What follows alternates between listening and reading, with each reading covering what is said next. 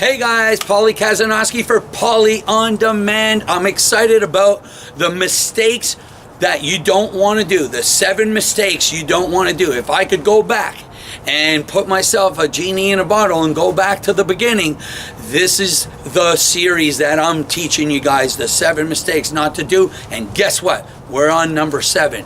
Now, what number 7?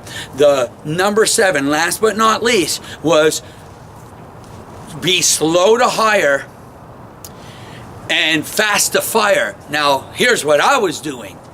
I was hiring anybody that could, like I thought I could just mold people the way they need to be molded. And I thought I could take a C player or B player, so to speak, and turn them into an A player. And that was a huge mistake. And no matter how great of a leader you are and how much of a motivator you are, if you have the wrong person, you have the wrong person. They are not going to change. Now, I don't mean by if you have a person that is a good character-driven person, that's loyal, that has integrity, and they want to learn and they want to be a part of something bigger than them. I'm not saying, and they're not good at a specific area that they started in your company, it doesn't mean that you can't shift them and find an area that they excel in. So like, for instance, if I'm not a paperwork guy and someone hires me to do paperwork and computers, obviously I'm not going to excel there. So you might have the right person, but not in the right frame, or at least in the right lane in your business. So just understand that getting a good person that's an A player, but putting him in a position that he doesn't excel in or she doesn't excel in will not work. It doesn't matter what you do to try to empower these people. And that'll cost you from scaling, it'll cost you money, and a lot of times, and this is what I did in the early days, a lot of times I would will them to be better, and if they didn't show up, or even contractors or subcontractors, you give them a second chance, a third chance, and then they give you a story why they were, my son was in the hospital, my grandmother died. I don't know, I think I killed more grandmothers than anybody in the history of having companies. But the excuses come from people that are B, C, and D players. You're wanting to find A type players, but that means slow to hire. Don't just get overzealous and be happy and think like, oh man, this is a good person just because they have a good personality. It might mean that they're not good people and they don't really coincide with everybody in your business. Now, I will tell you this, I've done business and even partnered up, joint venture partners with certain people that their personality and my personality didn't gel good. That's fine. You can do one deal, but you don't want to have partners or do someone put them in an area that you're doing multiple deals. Like, let's say it's a short sale guy or a wholesale guy or a guy that's on the telephones that gets you deals, and you don't get along with that person because you're going to have that person in your life. And unfortunately, sometimes I've had people that actually made me a great deal of money, but their personality didn't mesh with the whole company's culture, and they had their own agendas and they were there just for themselves. So you really want to be cognizant of that and understand, is that person gelling with your culture? Is he a part or is she a part of your character and what you're trying to convey out there as a business, as a brand, as a when you're marketing?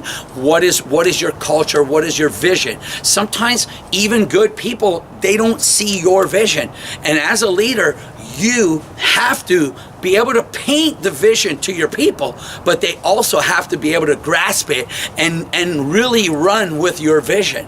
And sometimes some people are not willing to do that. They think they know better, and in certain points they might know better in what they're doing, but they should not be leading you. You as the leader, you as a good leader, as a business owner, need to lead your troops and have people be able to tell you their point of view and help you in creating that vision and making it better and scaling it. But you do not want to have people that are not willing to work with you and have that bad attitude and stuff. So be slower to hire. So what do? You do 3 interviews, 4 interviews. You put them on a trial basis. You might put them on commission basis.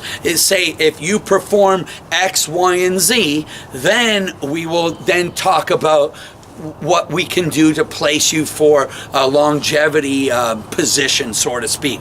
You don't want to just go ahead and hire and start paying out people or giving away commissions that you don't have to.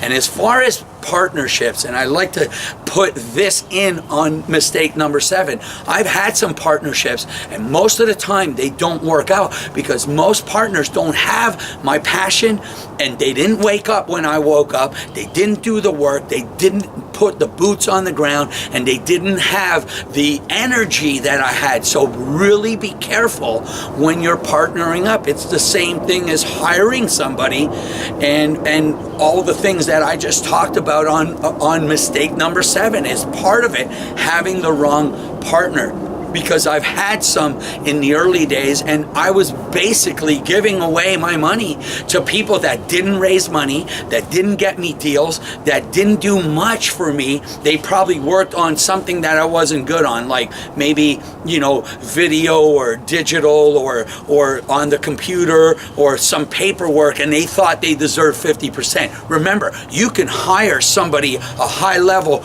paperwork back office woman or gentleman that knows a lot, but you don't have to give them half your company and things like that. So just really hone in on that. Slow to hire, know who you're bringing in, make sure you're looking for their character and integrity, and make sure that they're loyal.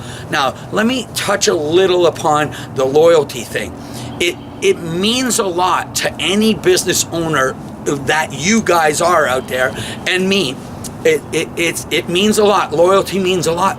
But if you have people that work for you and you're afraid to teach them what you know, then you're running your business scared. You have to empower the people that are around you, okay? And these are the lessons that I had to learn.